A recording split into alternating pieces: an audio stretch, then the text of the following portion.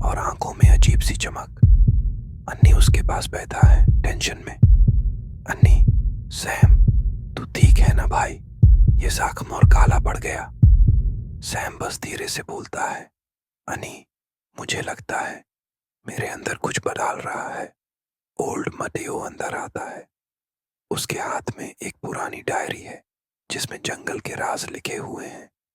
Diary के pages पुराने, कुछ जाले हुए और उनके बीच कुछ अजीब निशान बने हुए थे। मतेओ कहता है उसके अंदर नावाली का खून जाग रहा है। अगर कुछ दिन में इसे कंट्रोल नहीं किया गया तो ये भी प्रोटेक्टर बन जाएगा या फिर एक शिकारी। अन्नी शौक में, पर इसका मतलब क्या? सम अब इंसान नहीं रहेगा। मतेओ कुछ देर चुप रहता है, फिर धीरे से बोलता है, सुन अन्नी, जंगल के लोग नावली को सिर्फ प्रोटेक्टर नहीं मानते, उनके लिए वो एक श्राप भी है। अन्नी घबरा कर कहता है, पर हम ये सब किसी को बता नहीं सकते। मतेओ उसके कंधे पर हाथ रख कर कहता है, नहीं, कभी नहीं। अगर लोगों को पता चल गया कि सैम में वो खून जग गया है तो वो उससे प्रोटेक्टर नहीं भला समझेंगे। उनके लिए ऐसे लोग जंगल के दुश्मन होते हैं जिन्हें या तो मार दिया जाता है या हमेशा के लिए वन के अंदर छोड़ दिया जाता है। देखते देखते कुछ दिन बीत जाते हैं। एक रात अन्नी सम को देखने के लिए सैम के टेंट में जाता है, पर वहां पहुंचकर पता चलता है कि सैम टेंट में नहीं था, पर कहीं दूर से हल्की ग्राउल की आवाज आती है। अन्नी फ्लैशलाइट लेकर जंगल के अंदर जाता है। रात का अंधेरा जंगल को निगल रहा था। अन्नी के हाथ में पकड़ी पुरानी फ्लैशलाइट कभी जलती, कभी बुझ जाती, जैसे अंधेरा खुद उससे खा जाने को तैयार हो।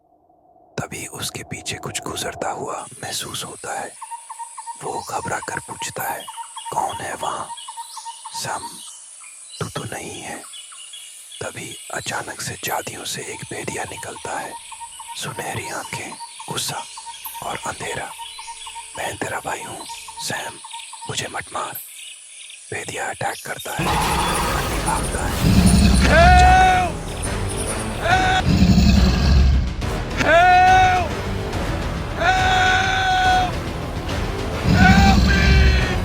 कुछ दूर उसे एक पुरानी छोड़ी हुई बुश दिखती है। आधी जंगल में धंसी हुई, सुंग लगी खिड़कियां, धुधे हुए शीशे। अन्नी जल्दी से उसमें घुसता है और गेट बैंड कर देता है।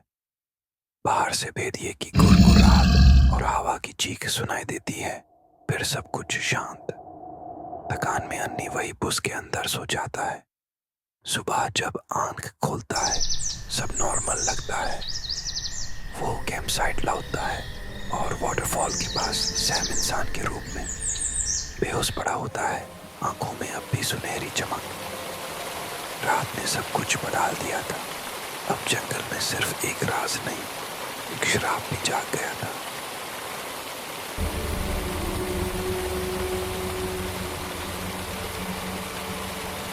सैम और अन्नी धीरे धीरे कैंप साइट वापस लौटा है।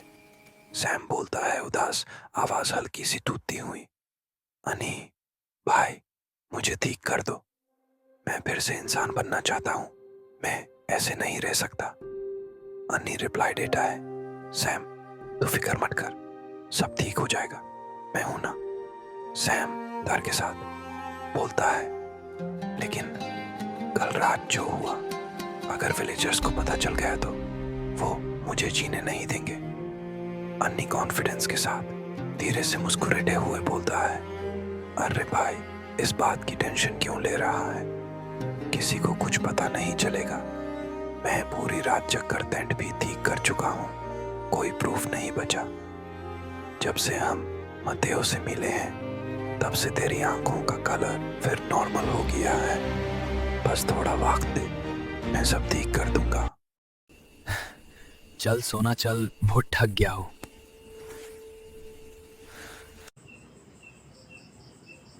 अन्नी के मम्मी पापा को अर्जेंट कॉल आता है। उत्तराखंड वापस जाना पड़ता है। अन्नी का पापा बोलते हैं, अन्नी तू भी चल बेटा, ये जगह सेफ नहीं है। अन्नी उन्हें समझाता है, पापा आप लोग जाइए, मुझे कुछ समझना है यहाँ। सैम को छोड़ नहीं सकता। वो दोनों जा जाते हैं और अन्नी वहीं रुक जाता है।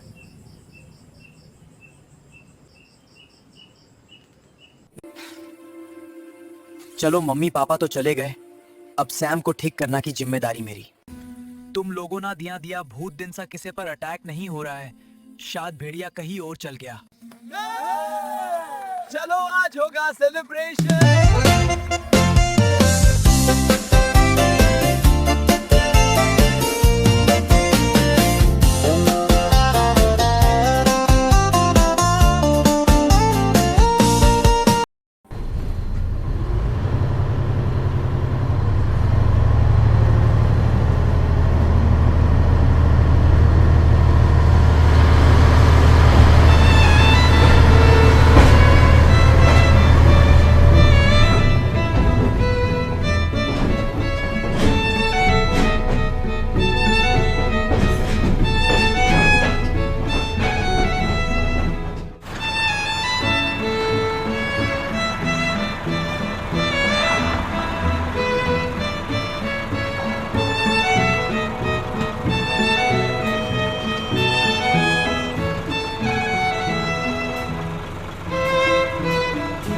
एक मिनट में रिलैक्स हो आता हूँ।